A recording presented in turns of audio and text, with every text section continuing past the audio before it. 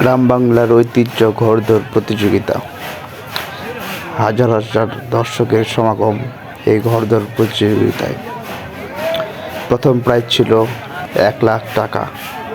বিভিন্ন জেলা থেকে আগত ঘোড় প্রতিযোগিতা করার জন্য রেসারগুলা তাদের ঘোড়া নিয়ে আসছে, এসে প্রতিযোগিতায় অংশগ্রহণ করেছে। সবারই একটাই লক্ষ্য, সেটা হলো 1,00,000 টাকা জিতা।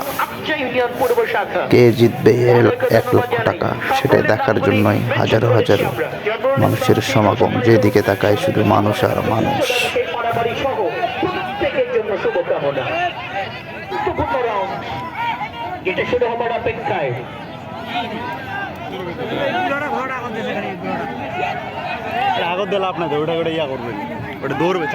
অবশেষে সেই কাঙ্ক্ষিত সময় ঘোড় প্রতিযোগিতার শুরু হওয়ার পথে হাজার হাজার মানুষের চোখ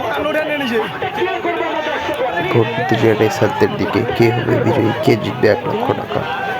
মানুষ অতি উৎসাহিত সহিত দেখা শুরু করছে। সবারই চোখ শুধু রেসারদের দিকে। কোন ঘোড়াটি সবার আগে যাবে, কোন ঘোড়াটি জিতবে 1,00,000 টাকা। সো আমরাও দেখি কে জিতে। এর মাঝে খেলার ভিডিও ধারণ করার জন্য বিভিন্ন মিডিয়া ভাইয়েরা, বিভিন্ন চ্যানেলের সাংবাদিকগুলা উপস্থিত হয়েছিল উক্ত প্রতিযোগিতায় ভিডিও ধারণ করার জন্য।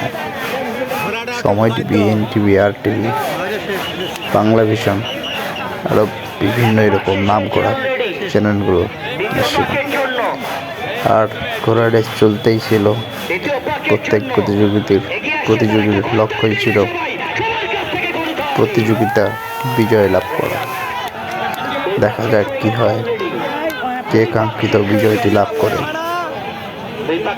দেখি শেষমেশ কে জিতে, দেখি আমরা শেষ অবধি দেখি।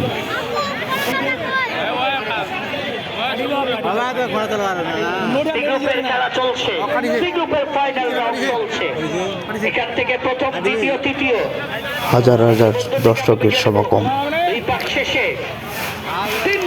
হাজার হাজার দর্শকের সমাগমের উপস্থিতি প্রত্যেক রেসারের জন্য এক অনুপ্রেরণা ছিল, এক উৎসাহ ছিল।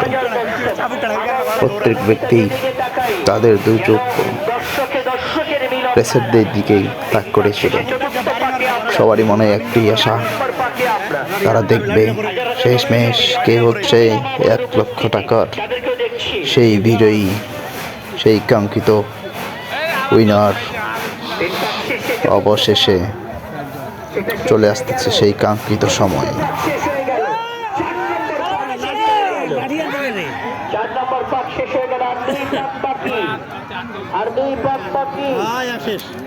প্রচুর পরিমাণে দর্শকরা কিন্তু খেলার প্রাণ, যারা এই ঘোড়া খেলাকে ভালোবাসে, বুকের মধ্যে লালন করে পালন করে, তারা মাঠে আসতে ভুল করেন নাই। শেষ হয়ে গেছে 4 পাক, 5ম পাকে আমরা এগিয়ে আসছে ক্ষিপ্র গতিতে। অপেক্ষা করি এবং দেখি আমরা 5ম পাক ক্ষিপ্র গতিতে চাবুক দিয়ে দিছে, চাবুক দিছে।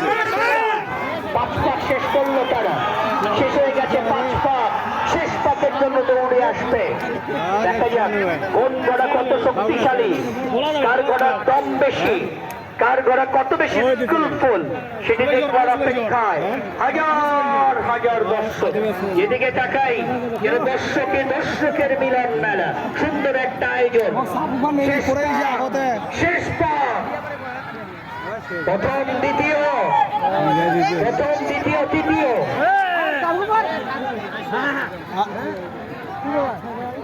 আমাদের পরিচালনা কমিটি আছে মাঠের ভেতর, তারা ডিসাইড